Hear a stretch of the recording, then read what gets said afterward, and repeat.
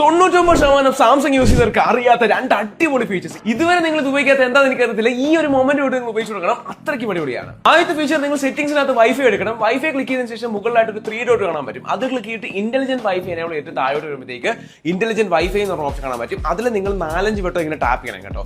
അപ്പം നിങ്ങൾക്ക് അവിടെ കണക്ടിവിറ്റി ലാബ്സ് എന്ന് പറഞ്ഞ പുതിയൊരു ഓപ്ഷൻ എക്സ്ട്രാ ആയിട്ട് വരുന്ന കാണാൻ പറ്റും. ഒന്ന് ബാക്ക് അടിച്ചിട്ട് കയറിയാലും കാണാൻ പറ്റുന്നതാണ്. ജസ്റ്റ് കണക്ടിവിറ്റി ലാബ്സ് എടുക്കുകയാണെങ്കിൽ നിങ്ങൾക്ക് ഇതേപോലൊരു ഇന്റർഫേസ് കാണാൻ പറ്റും. ഈ ഒരു ഇന്റർഫേസ് താഴോട്ട് വരുമ്പോഴത്തേക്ക് ഹോം വൈഫൈ ഇൻസ്പെക്ഷൻ എന്ന ഓപ്ഷൻ ഉണ്ട്. അതിൽ നിങ്ങൾ കയറി കഴിഞ്ഞാൽ ഇവിടെ സ്റ്റാർട്ട് ചെയ്യാനുള്ള ഓപ്ഷൻ ഉണ്ട്. ഇത് ക്ലിക്ക് ചെയ്ത് സ്റ്റാർട്ട് ചെയ്ത് കൊടുത്തതിന് ശേഷം നിങ്ങളുടെ വൈഫൈ ക്ലിക്ക് ചെയ്യണം.